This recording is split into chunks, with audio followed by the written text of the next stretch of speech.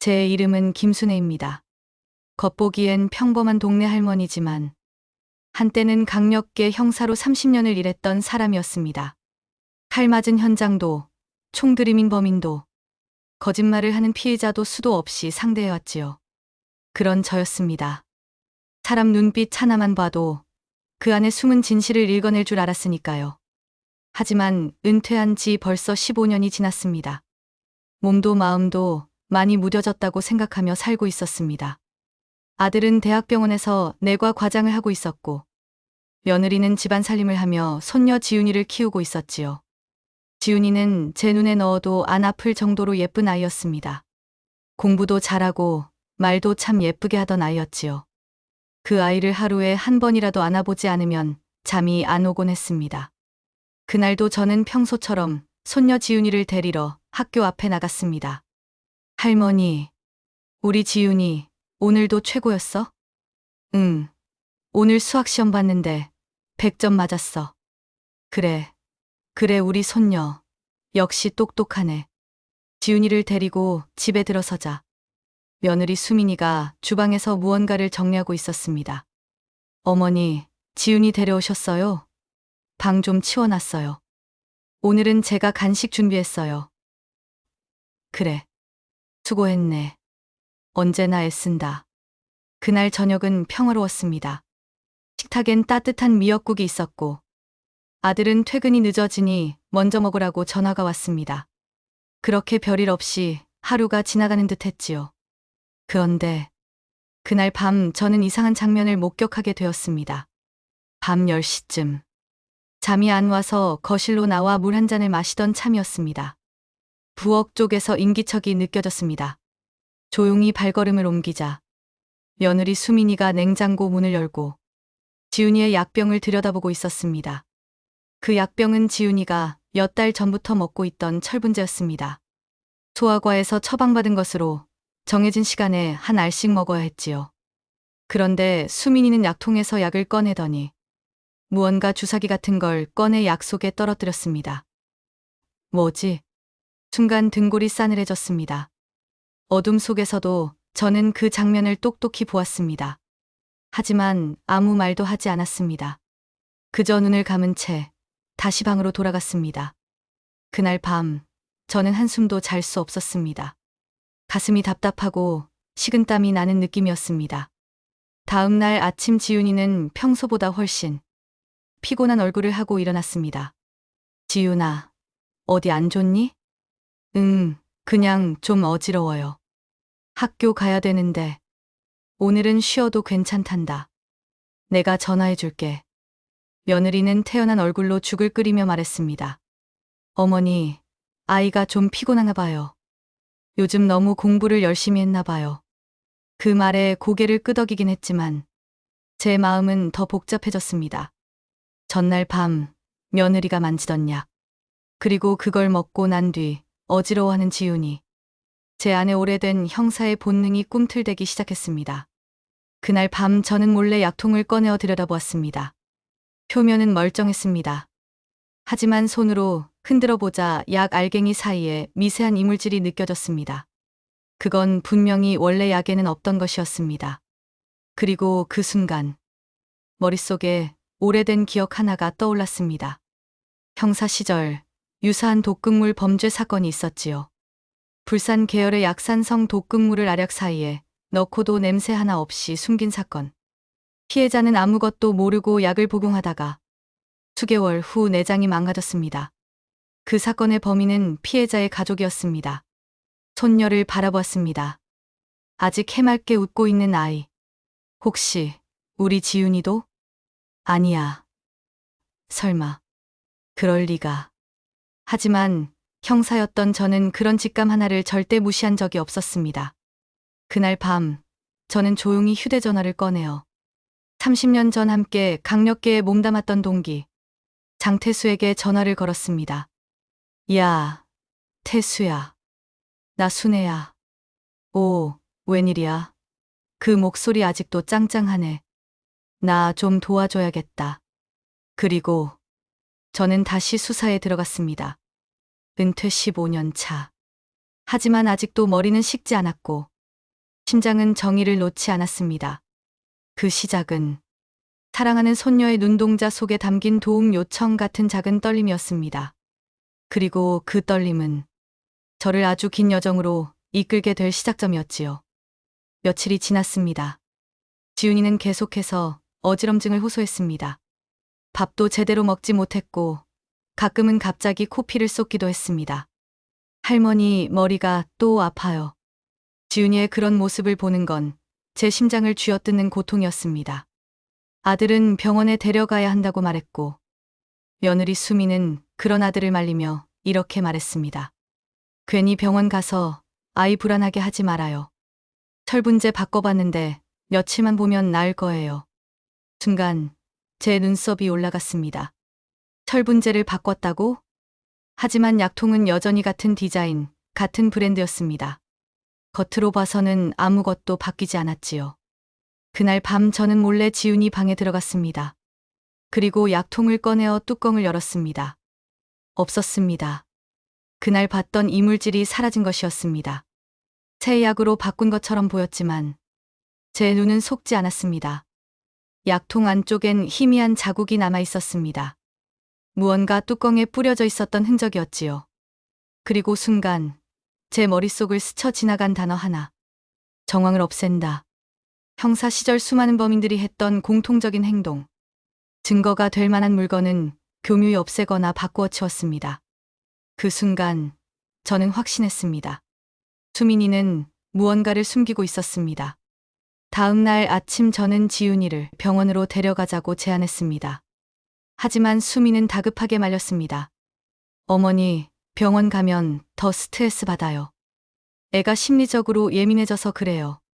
걱정 마세요. 그 말에 아들은 망설였습니다.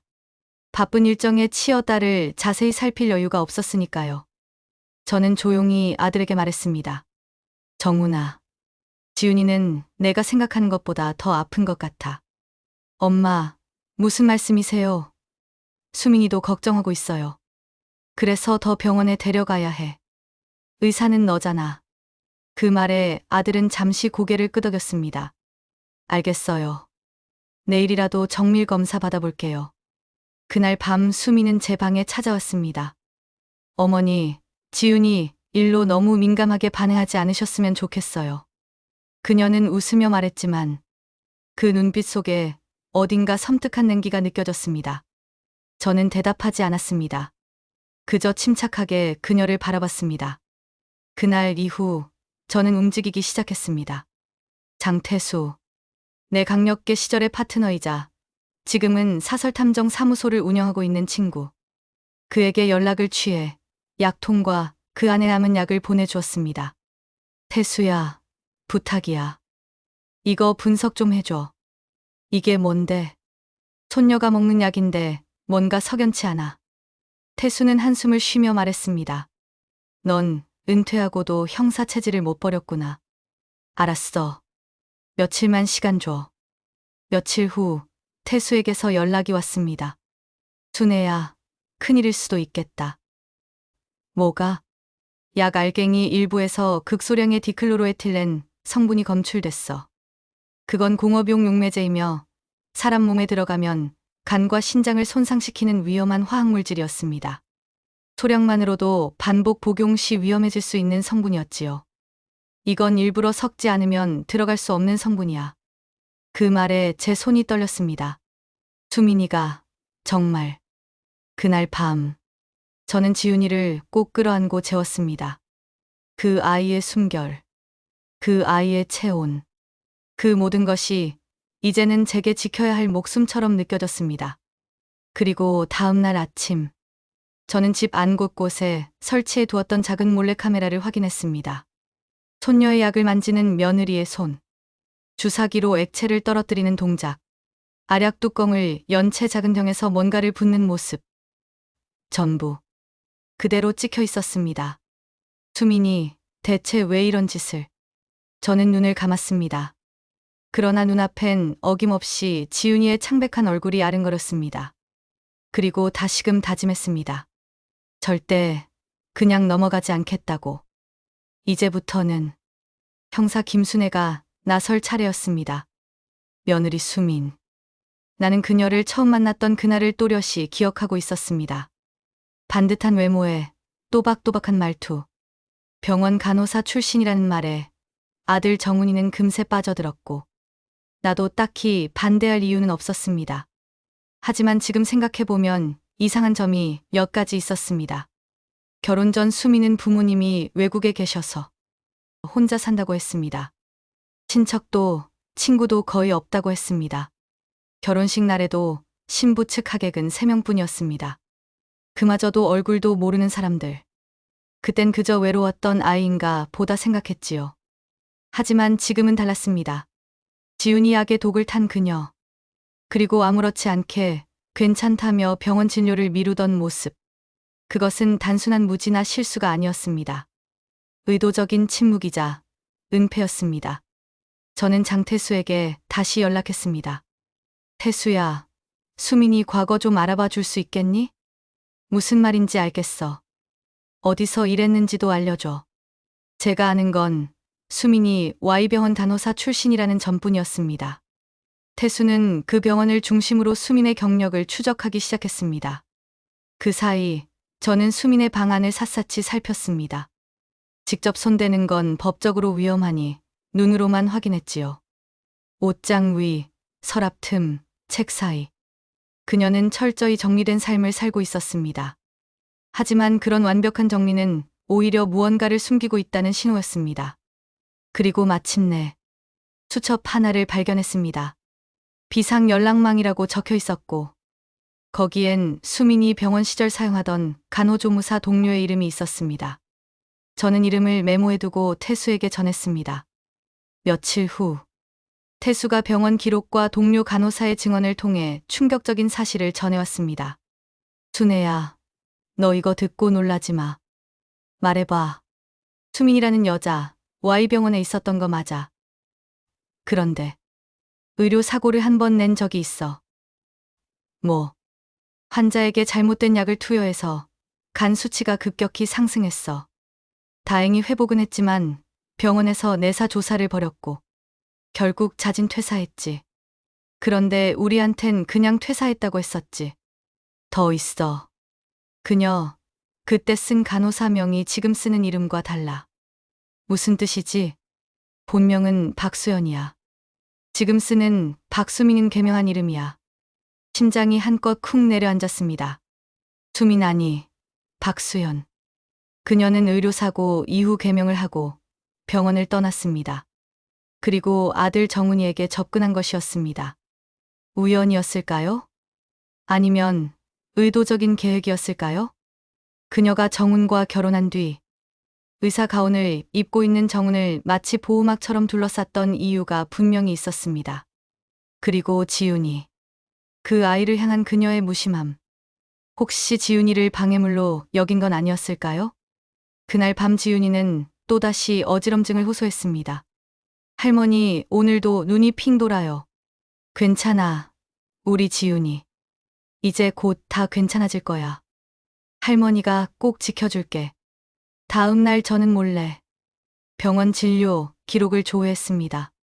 지훈이의 간 수치, 철분 수치, 혈액 검사 결과 모두 미세한 이상 징후가 있었습니다. 하지만 정식 진단은 나지 않았습니다. 왜냐하면 매번 진료 직전에 수민이 병원 일정을 바꾸거나 진료 자체를 연기했기 때문이었습니다. 정말 철저했습니다. 딸이 아프단 걸 숨기기 위해 이렇게까지 할 수 있는 사람이 있을까? 그 순간 그녀가 엄마가 아니라는 생각이 들었습니다. 그녀는 단지 위장된 사람이었습니다. 가정 속에 들어온 정체불명의 존재. 그리고 마침내 하나의 단서가 더 떠올랐습니다.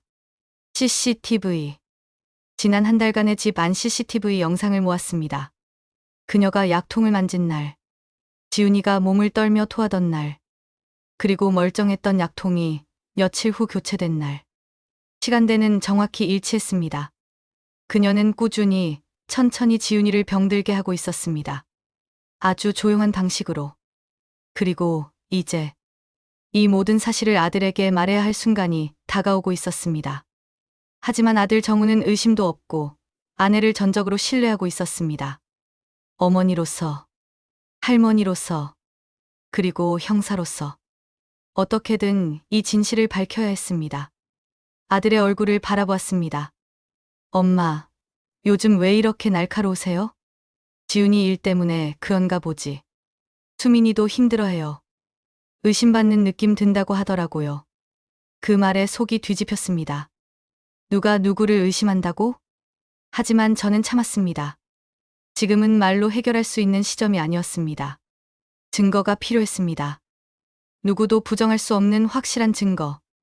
다음 날 저는 지훈이의 철분제를 약국에서 정품으로 새로 구매했습니다. 그리고 약통을 기존 것과 바꿔치기 했습니다. 지훈아, 오늘은 할머니가 약 줄게. 응. 그날부터 저는 매일 약을 직접 먹이기 시작했습니다. 그리고 놀랍게도 불과 이틀 만에 지훈이는 눈에 띄게 나아졌습니다. 얼굴빛이 돌아오고 어지럼증도 사라졌습니다. 할머니, 나 오늘 학교 가도 될 것 같아요. 그래, 우리 지훈이. 조금만 더 쉬고 가자. 그래야 완전히 낫지. 저는 웃으며 말했지만 속은 점점 차가워졌습니다. 이건 명백했습니다. 약이 바뀌자 지훈이의 몸이 회복되고 있었던 것입니다. 저는 마침내 결심했습니다. 함정 수사. 그것만이 진실을 끌어올릴 수 있는 유일한 방법이었습니다. 저는 장태수에게 전화를 걸었습니다. 태수야, 녹화 장비 준비할 수 있겠니? 너 또 무슨 짓을 하려고? 딱 하루만. 딱 한 번이면 돼. 며칠 뒤. 아들은 학회 참석차 해외로 나갔습니다. 그날 밤 수미는 평소보다 늦게 귀가했습니다. 어머니, 지훈이 약 제가 챙길게요. 됐네. 내가 이미 줬어. 그녀는 잠시 당황한 표정을 지었습니다. 하지만 금세 웃으며 고개를 끄덕였습니다. 아, 네. 그날 새벽. 모든 가족이 잠든 시각. 거실과 주방을 비추는 작은 몰래카메라 속에 수미는 조용히 약통을 꺼내 들고 있었습니다. 그리고 다시금 무언가를 주사기로 투입한 모습이 또렷하게 촬영되었습니다. 완벽한 장면. 범죄의 현장. 다음 날 아침 저는 그 장면을 태수와 함께 정밀 분석했습니다. 이건 법정에서도 통할 수 있어. 명백한 증거야. 그래. 하지만 여전히 마음 한편이 무거웠습니다. 저 아이의 엄마라는 사람을 직접 감옥에 보내야 한다니. 그러나 그건 단지 지훈이를 살리기 위한 일이었습니다. 그녀가 감옥에 가는 게 아니라면 지훈이가 무너질 것이 분명했으니까요. 그날 밤 저는 아들을 불러 앉혔습니다. 정훈아, 내가 지금부터 하는 말. 정신 똑바로 차리고 들어야 한다. 왜 그래, 엄마. 내 아내 수민이 지훈이를 서서히 병들게 하고 있었어. 뭐라고? 저는 녹화된 영상을 꺼내 보였습니다. 수민이 약통에 무언가를 넣는 장면. 그리고 CCTV에 찍힌 의심스러운 행동들. 정우는 처음엔 믿지 못한 얼굴을 했습니다. 하지만 영상이 끝날 무렵엔 그의 얼굴은 창백하게 질려 있었습니다. 이게 뭐야? 그동안 지훈이가 왜 그렇게 아팠는지 이제 알겠지. 정우는 한참 동안 말을 잇지 못했습니다. 아빠가 돼서 난 아무것도 몰랐어. 그건 내 잘못이 아니야. 누군가는 끝까지 속이려 했고, 누군가는 끝까지 지켜보려 했던 거야. 다음 날 경찰에 정식으로 고소장을 접수했습니다. 모든 자료, 모든 증거 영상, 약물 분석 기록과 병원 진단서까지. 그리고 그날 오후 집으로 형사들이 찾아왔습니다. 수미는 처음엔 평소처럼 환하게 웃으며 인사를 했습니다. 무슨 일이시죠? 박수현 씨 맞으시죠? 네, 저는 박수민인데요. 개명 전 이름이 박수현이시죠? 그녀의 얼굴이 사색이 되었습니다. 잠시 동행해 주시죠. 수갑이 채워지는 그 순간, 그녀는 저를 바라보며 이렇게 말했습니다. 어머니, 어떻게 이럴 수가 있어요? 그리고 저는 그녀에게 처음이자 마지막으로 말을 걸었습니다. 너는 이미 오래전에 엄마가 아니었단다. 며느리 수민. 아니 본명 박수연은 체포되어 경찰서로 연행되었습니다. 정우는 말없이 주저앉아 두 손으로 얼굴을 감싼 채 한참을 움직이지 못했습니다. 그에게는 믿었던 배우자의 배신이었고 나에게는 사랑하는 소녀를 지키기 위해 감내해야 했던 형사로서의 마지막 선택이었습니다. 그날 밤 지윤이는 제 무릎에 기대어 말했습니다. 할머니, 엄마는 어디 간 거예요? 엄마는 잠깐 아파서 병원에 간 거란다. 그럼 또 나 못 안아줘요? 그 말에 눈물이 뚝 떨어졌습니다. 괜찮아, 지윤아. 할머니가 대신 100번, 1000번 안아줄게. 며칠 뒤 수미는 정식으로 영장실질 심사를 받게 되었습니다. 사건은 언론에도 보도되었습니다. 딸에게 독극물 투약, 사망 미수 혐의로 구속된 40대 주부. 수민의 사진은 흐리게 처리되었지만 나는 단번에 알아볼 수 있었습니다. 하지만 이게 끝이 아니었습니다. 경찰 수사는 수민의 과거 이력으로까지 확대되었고 수상한 점이 하나둘 드러나기 시작했습니다. 태수는 제게 자료를 들고 찾아왔습니다. 순애야, 너 이거 봐봐. 봉투엔 인쇄된 의료기록 복사본, 그리고 수민이 거쳐갔던 병원의 기록들이 담겨 있었습니다. Y병원뿐만 아니었어.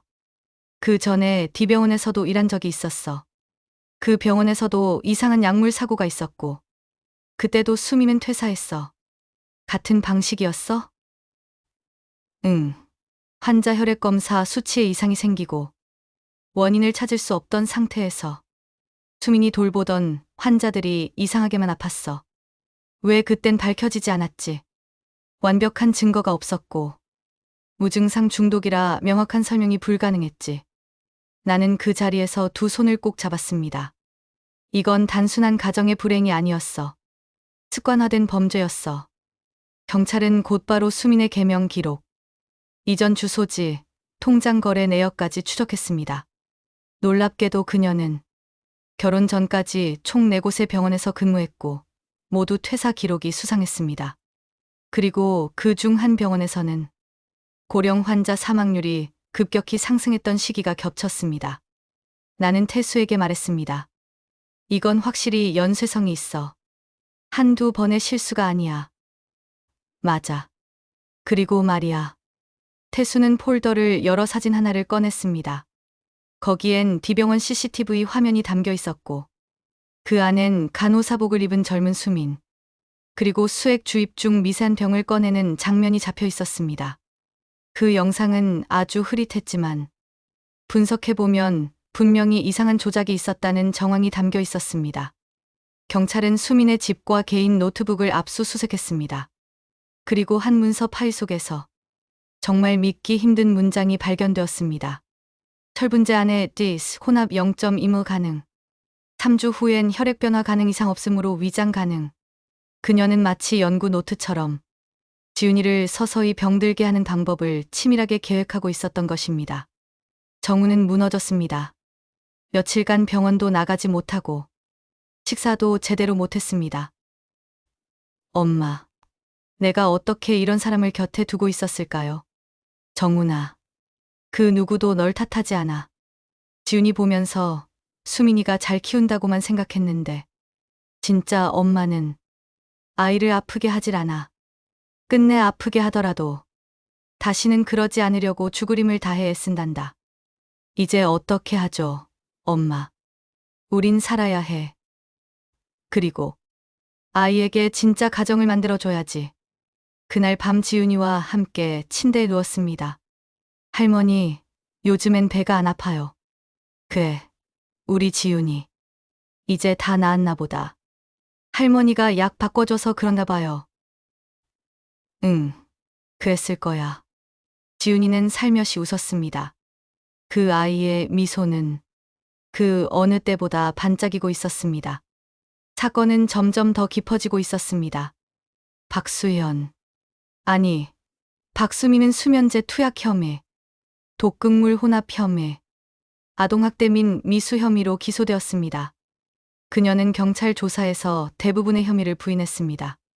그건 실수였습니다. 제가 그런 의도로 약을 다룬 게 아닙니다. 오히려 어머니가 절 미워해서 이 모든 걸 꾸민 거예요. 하지만 증거는 너무나도 명백했습니다. CCTV 영상, 약물 분석 결과, 그리고 그녀의 컴퓨터 속 문서 파일까지. 그럼에도 불구하고 무언가 결정적인 동기가 빠져 있었습니다. 왜 수미는 자기 딸에게 그런 짓을 했는가? 그 질문에 대답하지 않는 한 모든 조각이 완성된 건 아니었습니다. 저는 다시 움직였습니다. 태수에게 도움을 청해 수민의 과거 동료였던 간호사 유진경을 찾기로 했습니다. 그녀는 D병원에서 수민과 가장 가까이 일했던 사람이었습니다. 그녀는 지금도 병원에 근무 중이었고 심야 근무에 들어가는 날을 맞춰 직접 병원으로 찾아갔습니다. 실례합니다. 유진경 간호사님 맞으신가요? 네. 그런데 누구세요? 저는 김순애라고 합니다. 박수연 씨, 아니 박수민 씨 아시죠? 그녀의 얼굴이 굳어졌습니다. 그 사람이 지금 어디 있죠? 구속되어 있습니다. 제가 지금 그 사람에 대해 더 알고 싶어서요. 유진경 간호사는 잠시 망설이다가 식당으로 자리를 옮긴 뒤 조용히 입을 열었습니다. 그 사람 박수연이요. 사람들이 다 잘 몰라요. 겉으론 똑똑하고 성실한 간호사였지만 늘 어디선가 피해자인 척 했죠. 피해자요? 어릴 때 부모에게 버림받았대요. 그 얘기를 자주 했어요. 내가 이렇게 된 건 세상 때문이야. 그 말을 마치 기도처럼 반복했죠. 그게 그녀의 동기였을까요? 모르겠어요. 근데 확실한 건 있어요. 유진경은 종이컵을 양손으로 감싸주며 말했습니다. 박수연은요. 자기보다 똑똑하거나 예쁘거나 사랑받는 사람을 정말 싫어했어요. 그 말에 가슴이 철렁 내려앉았습니다. 그게 지윤이었군요. 그 아이요. 그 집 아이요? 전 한 번 본 적 있어요. 너무 예쁜 애더라고요. 박수연이 그 아이 얘기할 때마다 웃는 표정이 이상했어요. 슬픈 것도 아니고 기쁜 것도 아니고 이상하게 비틀린 표정이었죠. 돌아오는 길. 눈앞이 흐려졌습니다. 그녀는 사랑받는 존재를 질투했고 그 질투의 대상이 된 사람은 다름 아닌 자기 딸이었습니다. 집에 돌아온 저는 정훈에게 이 사실을 말했습니다. 정훈아, 수민이는 지훈이를 질투했던 거야. 말도 안 돼요. 엄마가 어떻게 딸을 질투해요. 수민이는 평생 사랑을 빼앗기기만 하던 사람이었어. 그런 사람에겐 자신의 피부치조차 경쟁자가 되는 거란다. 정우는 고개를 푹 숙였습니다. 말 없이 긴 시간을 눈물로 삼켰습니다. 다음 날 검찰은 기소 내용을 보강하며 상습적 독극물 투약에 의한 미필적 고의에 의한 살인미수 혐의로 수민을 기소했습니다. 재판부는 중형을 시사했고 수민 측은 공황장애와 우울증을 내세우며 감형을 요구했습니다. 하지만 저는 알고 있었습니다. 그녀는 정신 이상자가 아니라 아주 냉정하고 치밀한 계산자라는 걸. 그날 밤 지윤이와 마주 앉아 마지막 편지를 썼습니다. 우리 지윤이에게 누구보다 따뜻한 가정을 만들어줄게. 그리고 다신 절대 누구에게도 아프지 않도록 해줄게. 박수민. 그녀는 구속된 지 한 달 만에 첫 재판에 섰습니다. 법정에 선 그녀는 여전히 단정한 정장 차림이었고 기자들 앞에서 얼굴을 가리며 고개를 숙였지만 그 눈빛은 아직도 어딘가 차갑고 계산적이었습니다. 저는 아이를 해치려는 의도가 아니었습니다. 그건 철분 과다로 인한 실수였을 뿐입니다. 오히려 저를 괴롭힌 시어머니가 모든 걸 조작한 겁니다. 그녀의 변호인은 시어머니의 강압과 정신적 억압, 과거 트라우마, 양육 스트레스를 강조했습니다. 그러나 재판장은 준비된 수많은 증거 자료와 영상을 확인하고는 말을 아꼈습니다. 그날 저는 방청석 가장 뒷자리에서 그 모든 것을 지켜보았습니다. 정우는 머리를 숙인 채 한마디도 하지 않았고 지윤이는 친척 집에서 보호를 받고 있었습니다. 하지만 그날 법정에 제출된 증거 외에도 아직 밝히지 않은 비밀이 하나 더 있었습니다. 그리고 그것은 내가 열지 않은 오래된 편지 한 통 속에 담겨 있었습니다. 며칠 전 나는 수민의 방을 정리하다 작은 금고를 발견했습니다. 비밀번호는 생일도, 기념일도, 가족 이름도 아니었습니다. 하지만 나는 단박에 풀어냈습니다.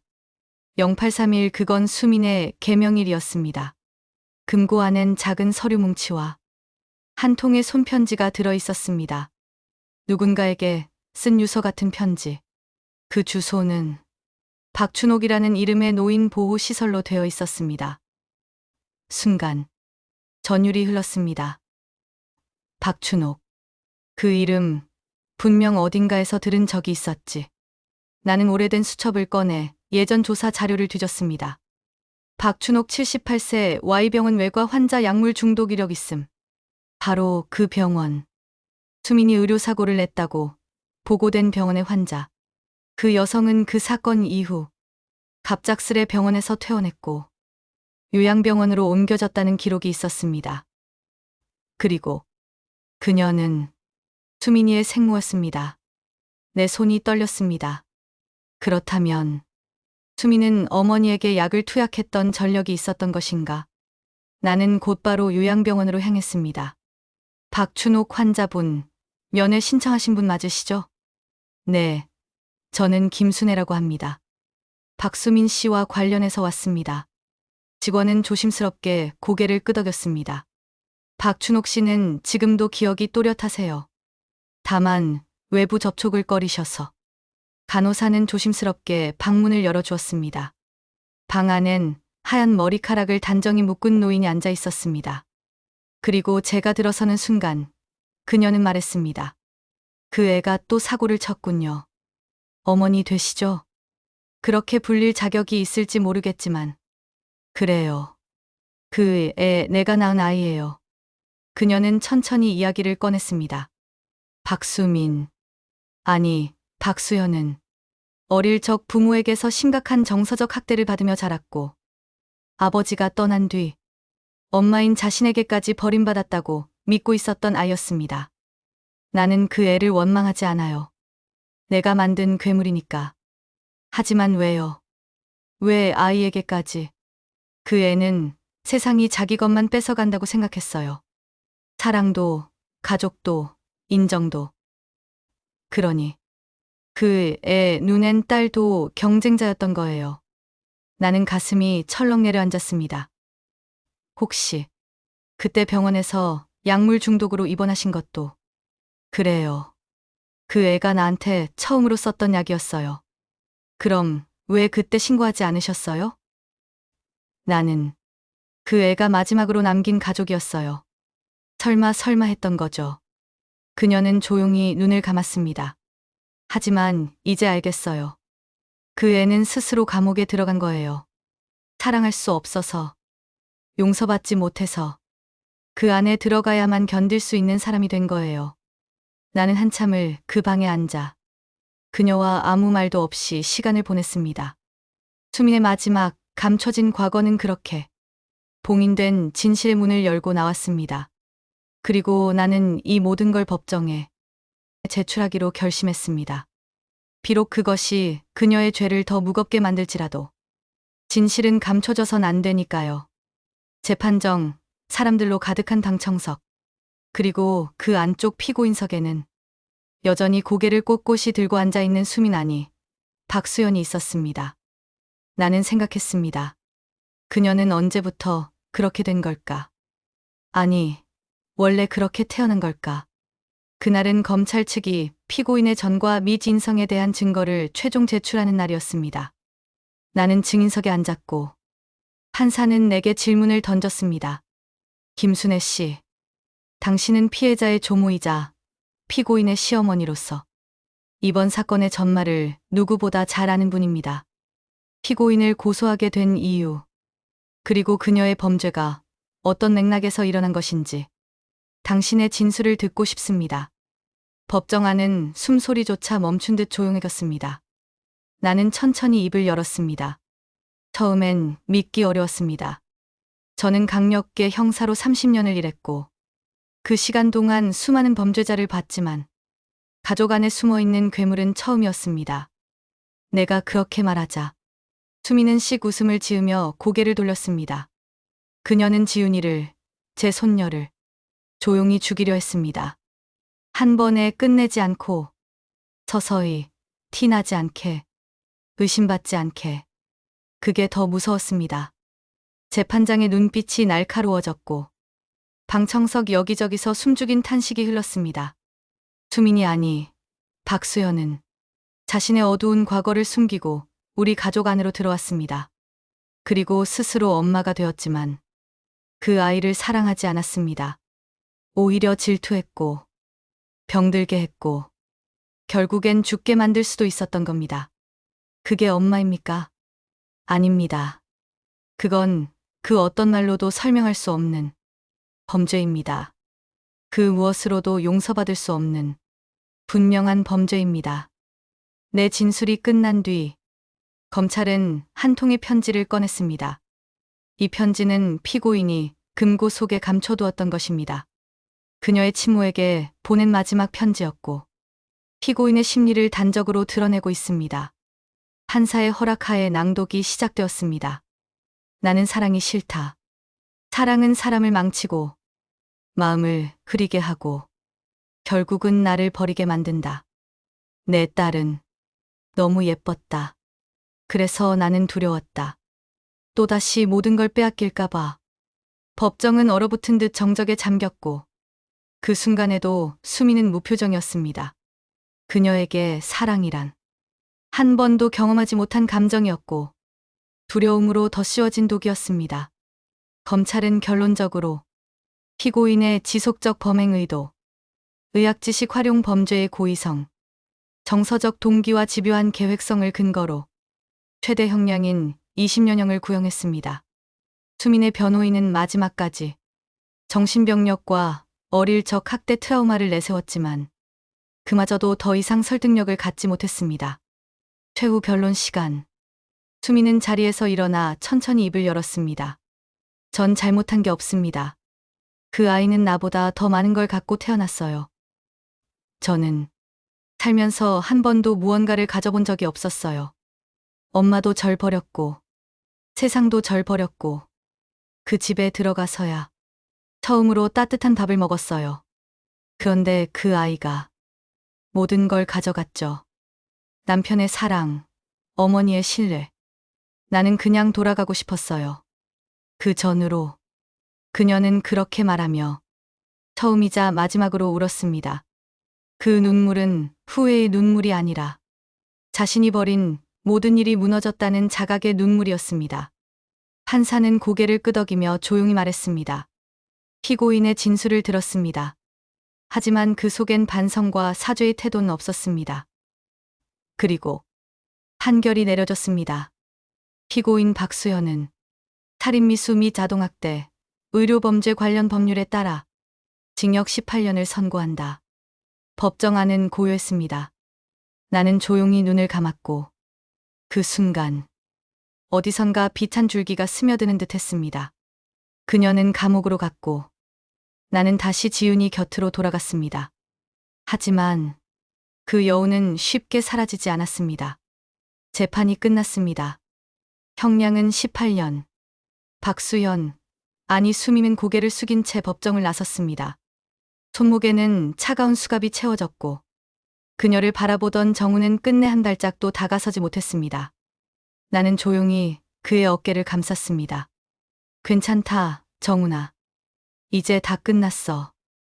끝난 게 아니에요, 엄마. 지훈이가 엄마가 왜 사라졌는지 알게 되면 그 아이는 어떻게 견디겠어요. 나는 아무 대답도 하지 못했습니다. 그 말이, 그 슬픔이 가슴을 깊이 베어내고 있었으니까요. 며칠 뒤 나는 지훈이와 함께 공원에 앉아 있었습니다. 꽃이 피기 시작했고 봄바람은 아이의 머리카락을 살살 흔들고 있었습니다. 할머니, 우리 엄마는 언제 와요? 응, 지훈아. 엄마는 지금 멀리 가 있어. 아프기도 하고. 그래서 시간이 좀 걸릴 거야. 아파요? 많이? 응, 많이. 그 순간 지훈이는 고개를 떨구며 조용히 말했습니다. 할머니, 그럼 나 엄마 보고 싶다고 하면 안 돼요? 나는 숨이 멎는 줄 알았습니다. 작은 아이의 입에서 나온 그 한마디는 무죄한 사랑을 품고 있었고 그 사랑은 아직 끝나지 않았다는 걸 보여주고 있었습니다. 며칠 후 나는 다시 태수와 마주 앉았습니다. 이제 모든 게 끝났네. 그래, 끝났지. 근데 왜 이렇게 공허할까? 이긴 것도 아니고 진 것도 아니고 그저 무너진 느낌이야. 태수는 묵묵히 커피잔을 돌리다 말했습니다. 순애야, 넌 가족을 지켰어. 그 이상 뭘 바래. 그래. 근데 말이지. 사실 아직 남은 게 있어. 뭐? 나는 수첩을 꺼내 펼쳤습니다. 박수연이 남긴 또 하나의 쪽지. 그녀가 금고 깊숙이 감춰뒀던 문장. 내가 못 이룬 사랑. 그 아이도 알게 되면 좋겠다. 언젠가는 이해해줬으면 좋겠다. 나는 오랫동안 그 문장을 들여다보았습니다. 수미는 분명 괴물이었습니다. 하지만 그 괴물의 뿌리는 애초에 사랑이 부재한 어린 시절이었습니다. 그녀는 평생 누구에게도 안아달라고 말하지 못했고 누군가의 손길을 기다리면서도 그 손이 닿기 전에 먼저 밀쳐내는 사람이었습니다. 그리고 끝내 딸에게까지 그런 손길을 내민 거였지요. 나는 지훈이에게 모든 진실을 언제 어떻게 말해야 할지 몰랐습니다. 지금은 아니었습니다. 그 아이가 좀 더 자라고 세상의 어둠과 상처를 감당할 힘이 생겼을 때, 그때 나는 이 이야기를 조심스럽게 전하려고 마음먹었습니다. 며칠 후 나는 지훈과 함께 엄마 없는 첫 생일상을 차렸습니다. 미역국을 끓이며 나는 조용히 기도하듯 말했습니다. 수민아, 너는 잘못된 사람이었지만 그래도 내 아들의 아내였고 지훈이의 엄마였어. 너를 용서할 순 없지만 그 아이만큼은 내 흔적 속에서도 웃을 수 있게 할게. 사건은 끝났다고들 말했습니다. 박수연은 감옥에 갔고 지훈이는 평온을 되찾았으며 우리 가족은 천천히 상처를 회복해가고 있었습니다. 하지만 나는 알았습니다. 아직 끝나지 않았다는 것. 내가 형사였던 시절 배운 가장 기본적인 진리는 진실은 끝까지 파고들어야 한다는 것이었습니다. 그리고 그녀의 과거 병원 기록들 속에 무언가가 더 숨겨져 있다는 직감이 머릿속에서 지워지질 않았습니다. 나는 다시 태수를 찾았습니다. 수민이 D병원 말고도 몇 군데 더 돌았지? 그래. C병원, 그리고 아주 오래전엔 지방에 있는 지우양병원에도 있었어.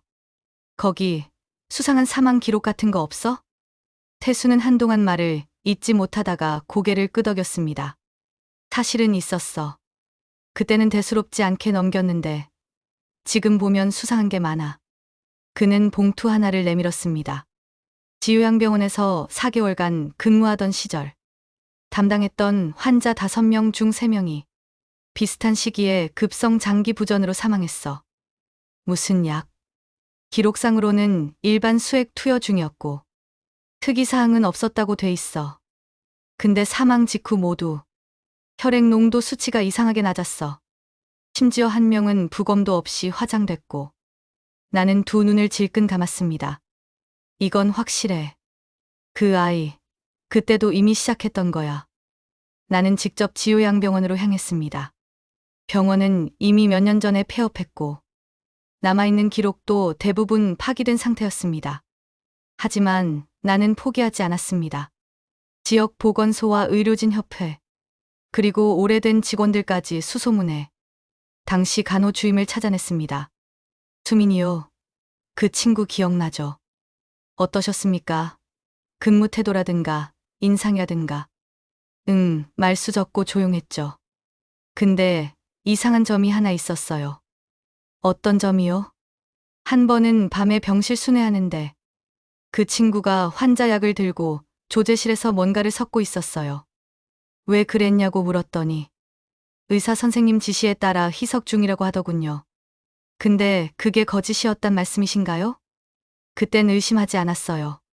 근데 이상하게 그 친구가 담당하던 환자들 몇 명이 잇따라 상태가 나빠졌고 그 간호주임은 눈을 감았습니다.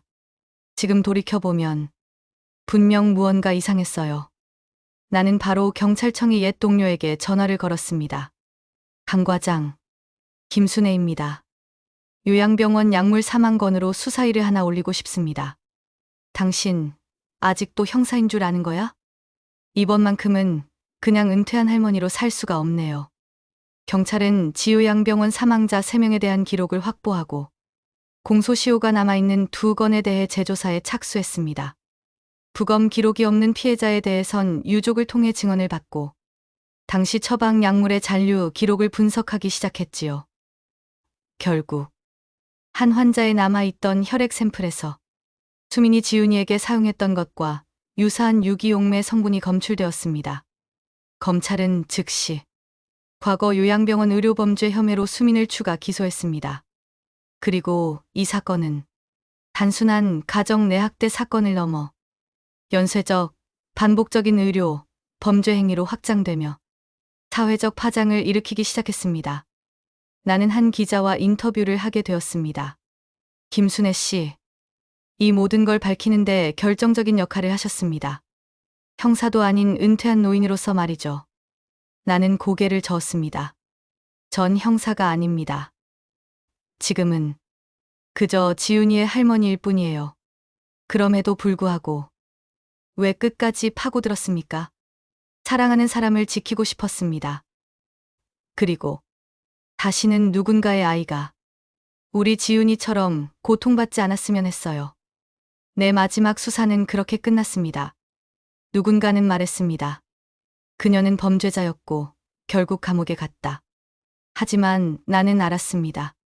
그녀는 누군가의 딸이었고 누군가의 엄마였고 사랑을 받아본 적 없는 여자였습니다. 그리고 나는 그 모든 진실을 밝혀내는 것이 아니라 견디는 것이 더 힘들다는 걸 깨달았습니다. 두 번째 재판이 열렸습니다. 이번엔 단순한 가정 내 범죄가 아니라 의료계를 뒤흔든 연쇄적 의료사고, 그리고 치밀하게 위장된 살인미수 사건으로 불리며 방청석은 언론과 대중으로 가득 찼습니다. 박수현. 그녀는 수의를 입고 나왔습니다. 더는 고개를 꼿꼿이 들지도 않았고 누구를 향해서도 시선을 돌리지 않았습니다. 그녀는 이제 세상이 자신을 어떻게 보는지조차 신경 쓰지 않는 눈빛이었습니다. 검찰은 피고인은 의료 지식과 가정 내 권한을 이용하여 반복적이고 은밀하게 피해자들을 중독시키고 조작하였다. 고 주장했고 변호인은 그녀는 어릴 적 학대와 심각한 정신적 결핍 속에서 방치된 피해자였다. 며 감형을 호소했습니다. 하지만 판사의 말은 단호했습니다. 박수현 피고인. 당신은 본 사건을 포함한 과거 병원 사건들에 대해 반성은커녕 오랜 기간 치밀한 계획 아래 시행했습니다. 피해자는 당신의 친자녀였으며 가족이라는 울타리를 가장 잔인한 범죄의 도구로 삼았습니다. 이 법정은 피고인이 다시는 누군가의 생명을 위협하지 못하도록 엄정하게 처벌할 것입니다. 그리고 최종 판결이 내려졌습니다.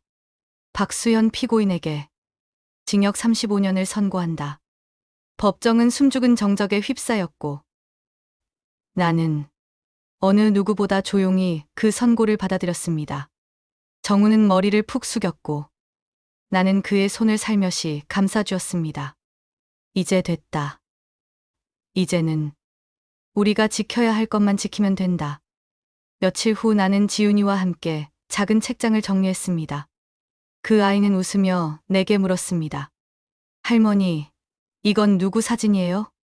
수민이 젊은 시절 결혼식 때 찍은 가족 사진. 나는 사진을 손에 들고 한참 동안 아무 말도 하지 않았습니다. 그건 지훈이 엄마야. 예뻐요. 지금은 어디 있어요? 나는 잠시 고개를 돌려 창밖을 바라보았습니다. 지금은 아주 먼 곳에 있단다. 지훈이를 지켜보고 있을 거야. 보고 싶어요. 나는 그 말에 고개를 끄덕였습니다. 그래. 그럴 수 있지. 사람은 누구를 미워하는 것보다 기억하는 게 더 오래 가니까. 정우는 집에 있는 시간을 늘려갔습니다. 지윤과 함께 책을 읽고 요리를 배우며 오래도록 하지 못했던 진짜 아버지의 시간을 되찾아갔습니다. 그리고 나는 하루하루를 조금 더 천천히 하지만 후회 없이 살아가기 시작했습니다. 그날 밤 나는 오래된 수첩을 꺼내 마지막 장에 글을 적었습니다. 강력계 형사 김순애. 나의 마지막 수사는 피해자가 아니라 가족을 향한 것이었다. 나는 오늘도 누군가를 용서하지 못하지만 누군가를 더 깊이 사랑하고 있다. 10년 후 봄이 찾아왔습니다. 햇살은 부드럽고 벚꽃은 조용히 피어났습니다. 나는 어느새 팔순을 바라보는 나이가 되었고 지훈이는 대학에 입학했습니다. 문학을 전공하겠다고 했습니다. 사람의 마음을 이해하고 싶다고 말했으니까요. 그날 지훈이가 조심스럽게 내게 말했습니다. 할머니, 저 엄마한테 편지 써도 될까요? 나는 놀라지 않았습니다. 오래전부터 언젠가 이 날이 올 거라 생각했기 때문이었습니다. 지훈아, 그건 누구도 막을 수 없는 내 마음이란다. 넌 그럴 자격이 있어. 그 아이는 고개를 끄덕이며 말했습니다. 전 엄마를 미워하지 않아요. 이해할 수는 없지만 그 사람 안에도 어딘가 사랑이 있었을지도 모르니까요. 나는 그 말을 듣고 한동안 아무 말도 하지 못했습니다. 며칠 뒤 지훈이는 편지를 썼습니다. 엄마, 나는 잘 지내요. 아빠는 늘 바쁘지만 매일 저랑 저녁을 먹어요. 할머니는 여전히 따뜻하고 든든해요. 저는 이제 엄마를 미워하지 않으려고 해요. 그 대신 앞으로의 제 삶에 더 집중하고 싶어요. 엄마도 어디서든 부디 인간답게 살아주세요. 그 편지는 교도소에 접수되었고 며칠 후 답장은 오지 않았습니다. 그녀는 접견을 거부했고 편지도 받지 않겠다는 의사를 밝혔다고 합니다. 그 소식을 들은 지훈이는 담담하게 말했습니다. 괜찮아요. 전 그걸로 됐어요. 제 마음 다 전했으니까요. 나는 어느 날 혼자 박수연이 수감되어 있는 교도소 앞 벤치에 앉았습니다. 그녀가 창문 너머로라도 나를 볼까 싶었지만 어느 누구의 그림자도 보이지 않았습니다. 나는 말없이 주머니에서 사진 한 장을 꺼냈습니다. 결혼식 날 수민이 웃고 있는 사진이었습니다. 그녀는 그날만큼은 정말 행복해 보였습니다. 나는 아직도 널 용서하지 못한다. 하지만 널 지워내는 대신 그 아이 안에 남은 따뜻함만은 지키고 싶었다. 나는 조용히 벤치에서 일어나 사진을 조심스럽게 가방 속에 넣었습니다. 그리고 시간이 흘렀습니다. 나는 마당이 보이는 창가에 앉아 지훈이가 보내준 편지를 천천히 읽습니다. 할머니, 오늘 학교에서 사랑과 상처에 대해 글을 썼어요. 주인공은 우리 가족이에요. 저는 그걸 책으로 엮고 싶어요. 엄마도, 아빠도, 그리고 할머니도. 저한테는 세상에서 가장 강한 여자가 할머니예요. 나는 천천히 웃었습니다. 눈가가 젖었습니다. 하지만 그건 아픔의 눈물이 아니라 평온함의 눈물이었습니다. 하루하루가 잔잔하게 흘렀습니다. 정우는 개업일을 여러 작은 동네 병원을 운영했고 지훈이는 대학에서 상처받은 마음을 연구하는 심리치료사가 되었습니다. 그리고 나는 조용히 그러나 단단하게 우리 가족의 뿌리로 남아 있었습니다. 어느 날 나는 마당에 핀 꽃을 바라보며 생각했습니다. 사람은 때론 상처를 주기도 하고 스스로 무너지기도 하지만 사랑을 다시 심으면 언젠가는 그 자리에도 꽃이 피게 되어 있다. 그 믿음을 나는 끝내 놓지 않았습니다. 강력계 형사였던 나는 인생의 마지막 사건을 통해 깨달았습니다. 범죄는 벌로 끝나는 것이 아니라 남겨진 사람들의 사랑과 선택으로 마무리되어야 한다는 걸. 이 이야기가 마음에 드셨다면 구독과 좋아요 부탁드립니다. 다음 이야기에서도 따뜻한 감동으로 다시 인사드리겠습니다.